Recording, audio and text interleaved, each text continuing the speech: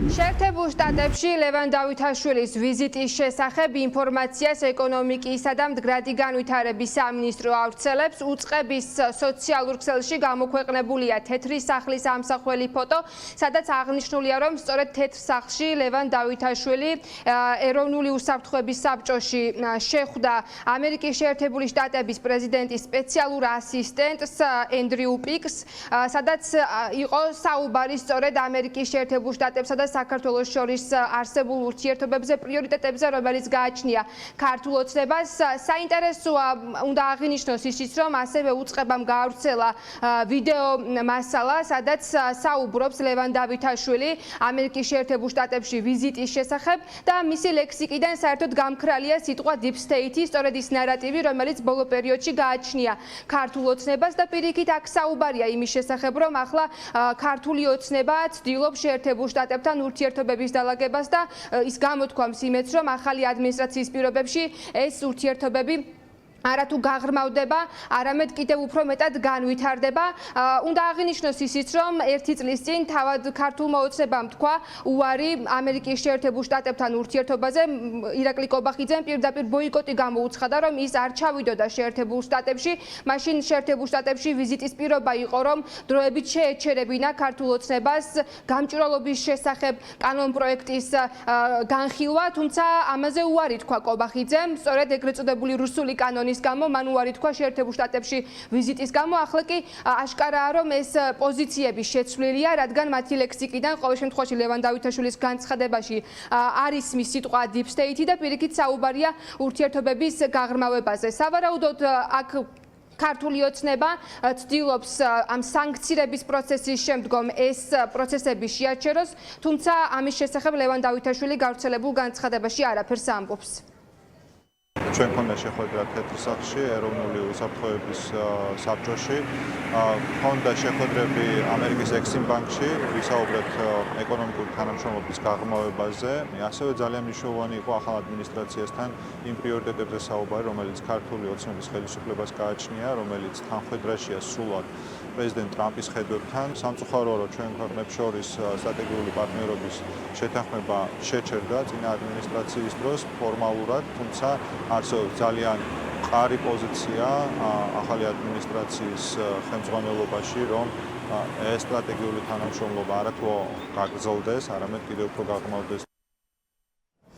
თეთრ სახლში შეხვედრის ამსახველი ვიდეო და ფოტომასალა ამ დრომდე დავითაშვილის უწყებას არ გაავრცელებია.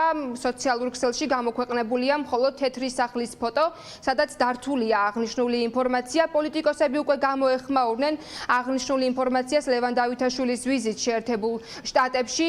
პოლიტიკოსები გამოთქვამენ ვარაუდს, რომ ამ შეხვედრების განმავლობაში შეერთებული შტატები სავარაუდოდ გადასცემს კონკრეტულ პირობებს ქართული ოცნების წარმომადგენელს, რომ ახლა მნიშვნელოვანია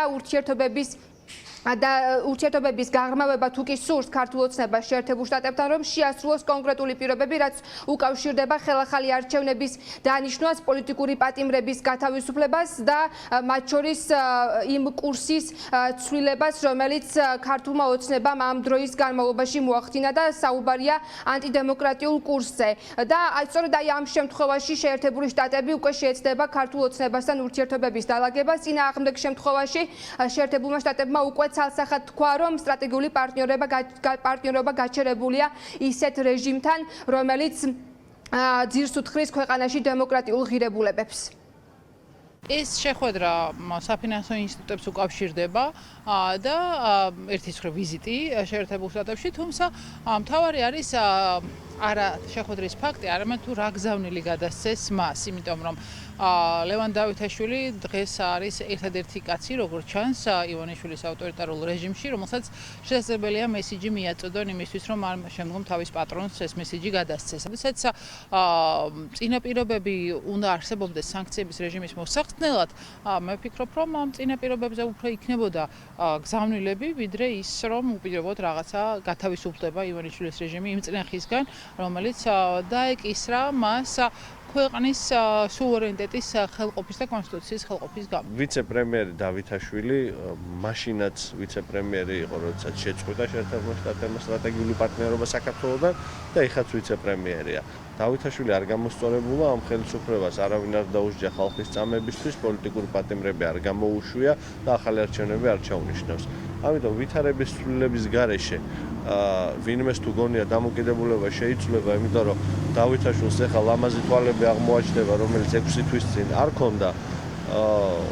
ხო, ის უბრალოდ ძალიან ინფანტილურად უყურებს პოლიტიკურ პროცესს. ერთი, ან ვირეშმაკობს ახლა და ცდილობს რომ მოსახლეობა პროპაგანდისტულად მოატყუოს. კი არის მნიშვნელოვანი ფიგურა, რომელიც იკვლევს, რომელიც ადოქტორო აქვს დაცული რუსეთის ჰიბრიდულ ომზე და იცის რუსეთის ქმედებები, მან ზუსტად იცის საქართველოში რა მდგომარეობა არის, ისიც იცის ქართული ოცნება როგორ აძლიერებს რუსულ რეჟიმს რეგიონში. შესაბამისად, ამიტომ იყო ესეთი ორაზროვანი განცხადება დავითაშვილის, ამიტომ არის რომ არანაირი ფოტო არ გავრცელებულა, ეს შეხვედრა არ იქნებოდა ქართული ოცნებისთვის სასიამოვნო მოსასმენი, ამიტომ ყოველგვარი კონკრეტიკის გარეშე დაიდო ტექსტი. ეს ტექსტი არის პროპაგანდისტულად კვლავაც გამოყენებული ქართული ოცნების მიერ. ქართული ოცნება ჩასული არის ამერიკაში, სწორედ იმიტომ რომ მათ ეკონომიკურად გაუჭირდათ, არის ეკონომიკური კრიზისი, რომელსაც უკვე ვეღარ მართავენ, ჭირდებათ ვალების აღება. ლონდონზე ამერიკის ასე ვთქვათ პოლიტიკურ ისტაბლიშმენტში ნათქვამი აქვს და ეს არის ორპარტიულ პროცესზე დაფუძნებული პოლიტიკა, არა მხოლოდ ადმინისტრაციის პოლიტიკა, რომ კონკრეტული ნაბიჯების გადადგმის გარეშე არ მოხდება სტრატეგიული პარტნიორობის აღდგენა. ამიტომაც საქმე გვაქვს მორიგ ტყუილთან. პოლიტიკოსებისთვის ნიშანდობლივია, რომ ბიძინა ივანიშვილის პარტიის ლიდერები გააქტიურდნენ მას შემდეგ, რაც შეერთებულმა შტატებმა აქტიურად დაანონსა, რომ ახალი ადმინისტრაციის პირობებშიც მოსალოდნელია სანქციების პროცესის გაგრძელება ივანიშვილის პარტიის წევრების და თავად ბიძინა ივანიშვილის მისამართითაც და ახლა ბოლო პერიოდში ხედავთ აქტიურად ლევან დავითაშვილი ვიზიტით იმყოფება შეერთებულ შტატებში და მიუხედავად ამისა პოლიტიკოსები მიიჩნევენ, რომ ამ ვიზიტს სავარაუდოდ ქართული ოცნება მომავალი პროპაგანდისთვის გამოიყენებს. სხვა შემთხვევაში შეერთებულ შტატებს უკვე ნათქვამი აქვს, რომ არ ითანამშრომლებს ისეთ რეჟიმთან, რომელიც საკუთარ ქვეყანაში დემოკრატიულ ღირებულებებს ანადგურებს. მადლობა ნინო, ეს იყო ნინო ელიკაშვილი.